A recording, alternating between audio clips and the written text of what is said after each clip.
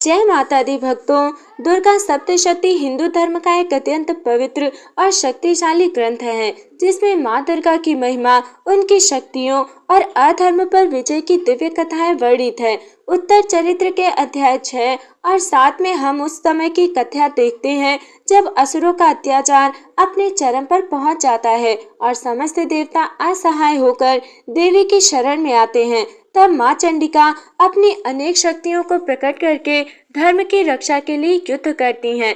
ये कथा केवल एक युद्ध का वर्णन नहीं, बल्कि ये हमारे जीवन के संघर्षों का प्रतीक है, जहाँ नकारात्मक शक्तियाँ जैसे भय, क्रोध और अहंकार हमें घेर लेती हैं और हमें अपने भीतर की शक्ति को जागृत करना पड़ता है। अध्याय 6 में देवी की विभिन्न शक्तियों द्वारा असुर सेना का संहार और धर्म की स्थापना की शुरुआत दिखाई देती है। वहीं अध्याय 7 में रक्त बीज जैसे अद्भुत और जटिल शत्रु का सामना होता है, जो हमें सिखाता है कि हर समस्या का समाधान केवल बल से नहीं, बल्कि बुद्धि और सही रणनीति से होता है। भक्तों, ये कथा हमें प्रेरित करती है कि हम अपने भीतर की शक्ति को पहचानें, कठिन परिस्थितियों में धैर्य और बुद्धि से काम लें और हमेशा सत्य एवं धर्म के मार्ग पर चलें। जब देवी चंडिका ने असुरों के अत्याचार को देखा, तब उन्होंने अपनी अनेक दिव्य शक्तियों को प्रकट किया। ये शक्तियां अलग अलग देवताओं की ऊर्जा से उत्पन्न हुई थी। ब्रह्मा की शक्ति से ब्रह्माणी, शिव की शक्ति से महेश्वरी, कार्तिकेय की शक्ति से कौमारी, विष्णु की शक्ति से वैष्णवी और इंद्र की शक्ति से इंद्राणी। ये सभी देवियां अपने अपने अस्त्र शस्त्र लेकर युद्ध के लिए तैयार हुईं। असुरों की विशाल सेना देवी के सामने आ खड़ी हुई। चारों ओर रणभेरी बजने लगी।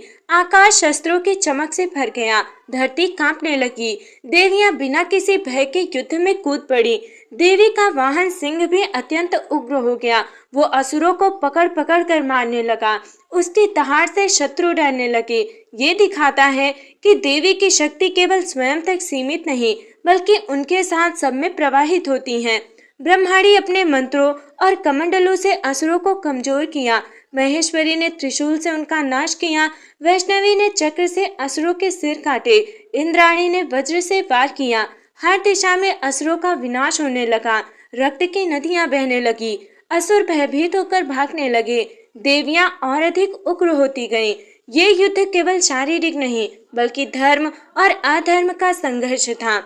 हे प्रिय भक्तों, इस अध्याय का गहरा अर्थ ये है कि जब जीवन में बुराई बढ़ती है, तो अंदर की अलग अलग शक्तियाँ जैसे साहस, बुद्धि, धैर्य मिलकर उसका नाश करती हैं। भक्तों, अभी आपने देखा कि देवी और उनकी शक्तियां युद्ध में उतर चुकी थीं। अब आगे युद्ध और भी उग्र और निर्णायक हो जाता है। जब असुरों ने अपनी सेना को नष्ट होते देखा, तो वे और अधिक क्रोधित हो गए। उन्होंने चारों ओर से देवियों को घेर लिया। अनेक अस्त्र शस्त्र, भाले, तलवारें, गदा एक साथ चलाए। आकाश तीरों से ढक गया। ऐसा प्रतीत होने लगा मानो पूरी सृष्टि युद्ध में डूब गई हो, लेकिन देवियां विचलित नहीं हुई। महेश्वरी ने अपने त्रिशूल से असुरों को भेद दिया। वैष्णवी ने चक्र से एक ही बार में अनेक असुरों का अंत किया। कौमारी ने शक्ति अर्थात भाला से शत्रुओं को गिराया। इंद्राणी ने वज्र से भयंकर प्रहार किए। हर देवी अपनी अपनी विशेष शक्ति से युद्ध का संतुलन बनाए रख रही थी। देवी का सिंह और भी उग्र हो गया। वो असुरों को अपने नाखूनों से चीर रहा था। कई असुरों को मुंह में दबाकर समाप्त कर देता। उसकी गर्जना से युद्ध भूमि कांप उठती। ये दृश्य दर्शाता है कि धर्म की रक्षा में प्रकृति भी साथ देती है। धीरे धीरे असुरों की सेना कमजोर पड़ने लगी। उनके सेनापति मारे जा चुके थे। सैनिक भागने लगे। जो बचे थे वे भी भयभीत थे। देवियों ने चारों दिशाओं में उनका संहार कर दिया। अब युद्ध का पलड़ा पूरी तरह देवी की ओर हो चुका था। देवताओं ने आकाश से देवी की स्तुति की।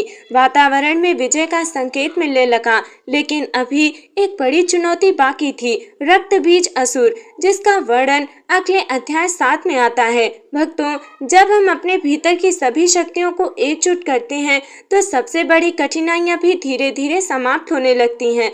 इस भाग का यही गहरा अर्थ है। भक्तों, अध्याय 6 के अंत में जब असुरों की सेना नष्ट होने लगी, तब एक अत्यंत शक्तिशाली असुर युद्ध भूमि में प्रवेश करता है। उसका नाम था रक्तबीज। रक्तबीज कोई साधारण असुर नहीं था। उसकी सबसे भयानक शक्ति थी उसके शरीर से गिरने वाली हर एक रक्त खून की बूंद जमीन पर गिरते ही एक नया असुर बन जाती थी। यानी जितना उसे घायल किया जाता उतना ही वो बढ़ता जाता। जब रक्तबीज ने युद्ध में प्रवेश किया, उसने जोरदार गर्जना की, देवताओं और देवियों को चुनौती दी, अपनी गदा और शस्त्रों से प्रहार शुरू किया। देवियां भी बिना भय के उसके सामने डट गईं। इंद्राणी ने वज्र से उस पर वार किया, वैष्णवी ने चक्र चलाया, कौमारी ने अपने भाल से हमला किया। लेकिन जैसे ही उसके शरीर से रक्त गिरा, हर बूंद से नया रक्त बीज पैदा हो गया। कुछ ही समय में युद्ध भूमि असुरों से भर गई। हर दिशा में रक्त बीज जैसे असुर खड़े हो गए। देवताओं को समझ नहीं आ रहा था कि क्या करें। जितना युद्ध होता, समस्या उतनी ही बढ़ती जाती। देवियां समझ गई कि साधारण युद्ध से इस असुर को हराना संभव नहीं, क्योंकि हर प्रहार उसे और शक्तिशाली बना रहा था। ये एक ऐसी समस्या थी जिसमें बल नहीं बल्कि रणनीति की आवश्यकता थी। रक्त बीज हमारे जीवन की उन समस्याओं जैसा है जिन्हें हम गलत तरीके से हल करते हैं और वे और बढ़ती जाती हैं। इसलिए भक्तों, हर समस्या को हराने के लिए सही तरीका बहुत जरूरी होता है। भक्तों, अभी आपने देखा कि रक्त बीज की शक्ति के कारण युद्ध असंभव होता जा रहा था। अब देवी इस समस्या का समाधान खोजती हैं। जब स्थिति बहुत गंभीर हो गई, तब देवी चंडिका ने एक गहरी रणनीति बनाई। उन्होंने अपनी एक अत्यंत उग्र शक्ति को प्रकट किया, चामुंडा को। काली माता का स्वरूप अत्यंत विकराल था। काला विशाल शरीर, लंबी जीभ बाहर निकली हुई, गले में मुंडों की माला, हाथों में भयंकर अस्त्र। उनका रूप देखकर असुर भी कांप उठे। देवी चंडिका ने काली से कहा, जब भी मैं रक्त बीज पर वार करूं, तुम उसके रक्त को जमीन पर गिरने से पहले ही पी लेना। यही इस युद्ध की सबसे महत्वपूर्ण रणनीति थी। अब युद्ध फिर से शुरू हुआ।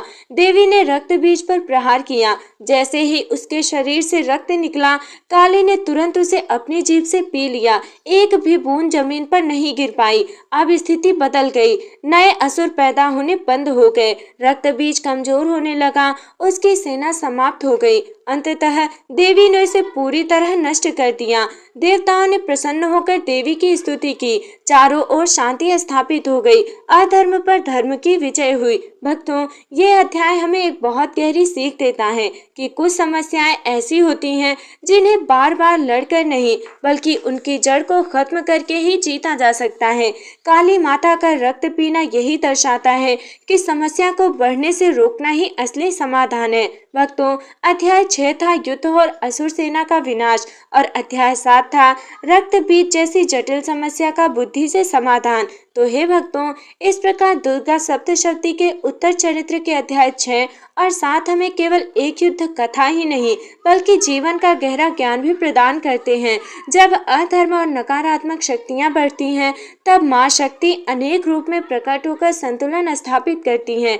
देवियों का संगठित रूप हमें ये सिखाता है कि जब हमारी अंदर की शक्तियां जैसे साहस, बुद्धि, धैर्य और विश्वास एक साथ आती हैं, तब कोई भी कठिनाई बड़ी नहीं रहती। रक्त बीज की कथा विशेष रूप से हमें ये समझाती है कि हर समस्या को केवल बल से नहीं हराया जा सकता। कभी कभी समाधान के लिए सही दृष्टिकोण और रणनीति आवश्यक होती है।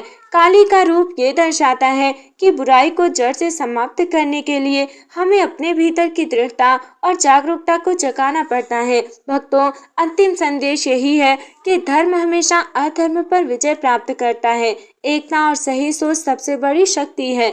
हर समस्या का समाधान संभव है यदि हम उसे सही तरीके से समझे। यही है इन अध्यायों का सार।